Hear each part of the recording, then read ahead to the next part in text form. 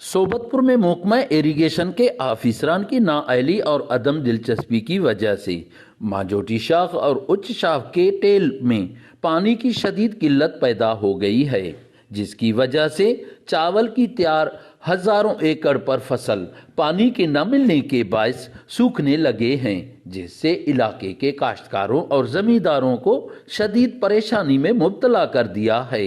ये पिछले एक महीने से हमारे मांझोटी शाख में पानी न होने की वजह से हमारे लाखों एकड़ फसल तबाह बर्बाद हो रहे हैं।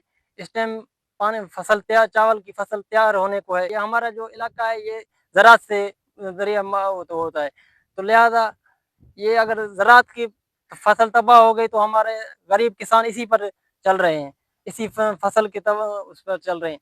और हम वज़ीर आला बलूचिस्तान में सरफराज बुगटी, वज़ीर इरिगेशन सादिक उमरानी और वज़ीर आबपाशी सेक्रेटरी आबपाशी से अपील करते हैं कि हमारे इलाके मांझोटी शाख को पानी दिया जाए, फिल फौर पानी दिया जाए। किसानों का कहना है कि एक महीने से नहरों के चक्कर लगा रहे हैं, लेकिन महकमा इरिगेशन इनकी फरियाद सुनने को तैयार ही नहीं है। अहले इलाका ने वजीर आला बलूचिस्तान, चीफ सेक्रेटरी, सूबाई वजीर मीर सलीम अहमद खान खोसा से मुतालबा किया है कि वो फौरी नोटिस लेकर पानी की फराहमी यकीनी बनाई जाए। सरदार बंगुल जई, वश न्यूज़ सोबतपुर।